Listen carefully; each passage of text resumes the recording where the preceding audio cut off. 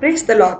இன்றைய வாக்குத்தத்த வசனம் சங்கீதம் 73 அதிகாரம் 1 சுத்த இருதயம் உள்ளவர்களாகிய இஸ்ரவேலருக்கு தேவன் நல்லவராகவே இருக்கிறார்.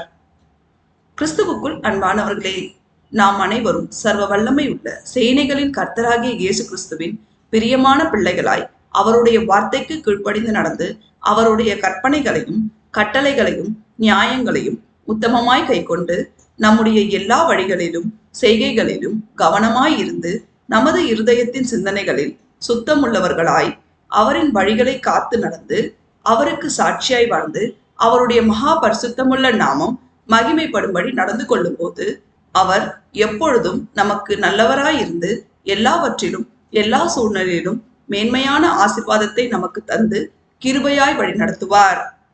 தேவன் நம் அனைவரையும் ஆசீர்வதிப்பாராக. ஆமேன்.